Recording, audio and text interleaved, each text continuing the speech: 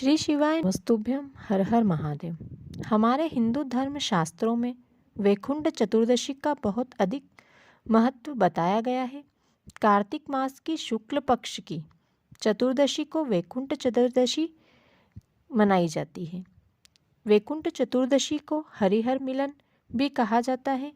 इस दिन भगवान विष्णु और भगवान शिव दोनों की पूजा की जाती है। वैकुंठ चतुर्दशी के दिन रात में 11:30 से लेकर रात में 12:30 बजे तक 14 दीपों का दान किया जाता है।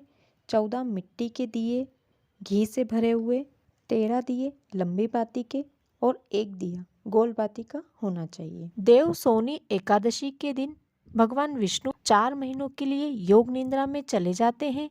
उसके बाद 4 महीने तक सृष्टि का कार्यभार भगवान शिव संभालते हैं। देवउठनी एकादशी के दिन भगवान विष्णु अपनी 4 महीने की योग निद्रा से जागते हैं।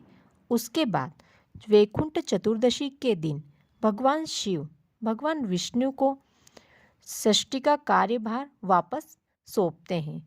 इसलिए इस दिन का हमारे शास्त्रों में बहुत महत्व है।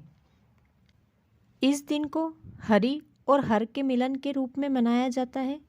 साथ ही साल का ये एक लौता दिन ऐसा होता है जिस दिन भगवान शिव को तुलसी दल समर्पित किया जाता है और भगवान विष्णु को बेलपत्र समर्पित किया जाता है। लेकिन बेलपत्र और तुलसी दल समर्पित करने का भी एक समय है। वैकुंठ चतुर्दशी के दिन रात में 12 बजे से लेकर सुबह 4 बजे के बीच भगवान शिव को तुलसी दल और भगवान विष्णु को बेलपत्र समर्पित किया जाता है। इन चढ़ाए गए बेलपत्र और तुलसी दल का बहुत महत्व होता है। यह बहुत से चीज़ों में उपयोगी होता है। इसलिए इसे वैकुंठ चतुर्दशी के दिन सुबह 4 बजे से लेकर सुबह 6 बजे के बीच वापस उठाकर अपने घर ले आएं। तुलसी दल और बेलपत्र घर लाकर एक शहद की बोतल या शहद की शीशी जिसमें आपने शहद भरा हो उसके अंदर इन दोनों को तुलसी दल और बेलपत्र को रख दीजिए। के बाद उस शहद में से यदि आपका बच्चा पढ़ाई में कमज़ोर है, मानसिक तौर पर अविकसित है, उसका दिमाग अच्छे से नहीं काम करता है, तो उसमें से 1 महीने तक रोज़ाना थोड़ा थोड़ा शहद अपने बच्चे को चटाएं। यदि आपके घर में कोई व्यसन में डूबा है, मदिरा पान करता है, शराब जुआ आदि गलत आदतों में पड़ा है, तो उसमें से उस व्यक्ति को भी आप रोज़ थोड़ा थोड़ा शहद चटा सकते हैं। यदि आपके घर में कोई व्यक्ति बहुत ज़्यादा बीमार रहता है, बार बार बीमार हो जाता है, तो उसे भी आप ये शहद थोड़ा थोड़ा रोज़ चटा सकते हैं।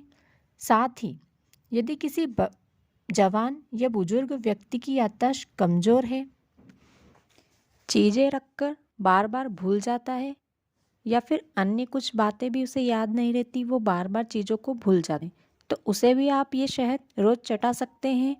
शिवलिंग पर जब आप तुलसी दल चढ़ाएं तो चिकना वाला भाग शिवलिंग की ओर रखना है और जब बेलपत्र आप विष्णु जी को चढ़ाएं तब बेलपत्र का चिकना वाला भाग ऊपर की ओर रखना है। आप बेलपत्र यदि विष्णु जी की मूर्ति या तस्वीर नहीं है तो आप लड्डू गोपाल को, कृष्ण भगवान को या फिर राम जी को, इनमें से किसी को भी समर्पित कर सकते हैं, क्योंकि ये सभी विष्णु भगवान के ही अवतार हुए। आप पहले शिव जी को तुलसी दल चढ़ा सकते हैं या तो पहले विष्णु भगवान को बेलपत्र चढ़ा सकते हैं। जैसे भी आपको ठीक लगे वैसे आप चढ़ा सकते हैं। यदि ये उपाय आप मंदिर में जाकर नहीं कर सकते हैं और आपके घर में शिवलिंग और भगवान विष्णु दोनों हैं तो आप वहाँ भी ये उपाय कर सकते हैं। वीडियो को आखिरी तक देखने के लिए धन्यवाद।